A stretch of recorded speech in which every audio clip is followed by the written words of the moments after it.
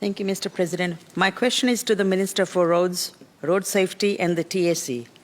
Minister, can you outline how the Andrews government is improving strategic freight corridors in Melbourne's west? Thank you. Thank you very much for your question, and I'm very pleased to provide the House with an update on what the government is doing to work with our freight industry, and particularly as it relates to the western suburbs and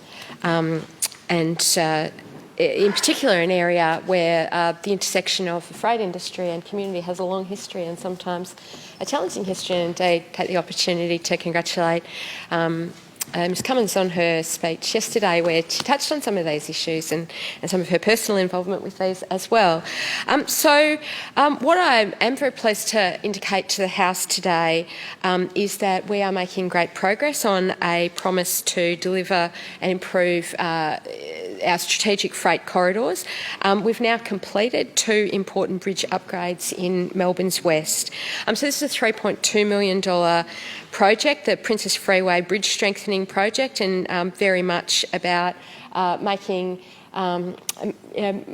conditions better for the high performance, the high productivity freight vehicles, particularly those travelling between Geelong and the port, a very busy area indeed for freight activity. So these projects have involved strengthening bridges at 2 locations on the freeway, over the Werribee River at Werribee South and Railway Avenue in Laverton.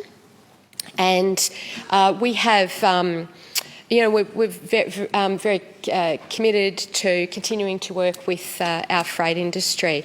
The way the freight industry operates, of course, is something that has changed quite a bit with the advent of e-commerce, so much movement and activity on our roads, not the big long-haul vehicles of overnight journeys so much, as a proportion of freight effort, but often lots of smaller vans buzzing around the streets, getting products to everybody, and and delivering everything that everyone needs all the time. So it's an incredibly important part of our economy. My predecessor, Luke Tinellin, and the former Minister for Public Transport, Jacinta Allen, worked together on a Victorian Government freight strategy, which was released last year, developed in very close partnership with industry, and that will continue to guide our work and our investment. I think it's also important to note the appointment of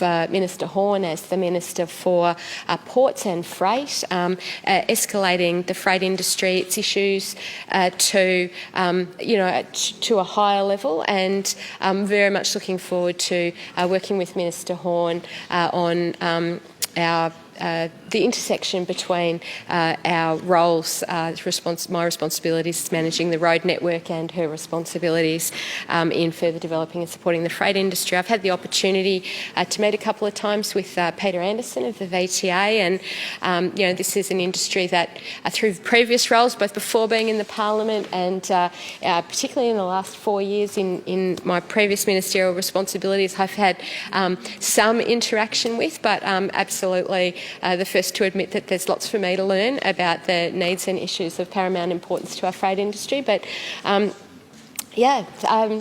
thank you for the opportunity to provide the House with an update on those particular bridges, those strengthening projects, and making sure that our freight industry is well supported, that communities can be confident the government's very conscious about our responsibility to make sure that our freight networks are as efficient as possible, and that our non-freight networks are only minimally impacted by freight activity, just so much as is required. Take the opportunity.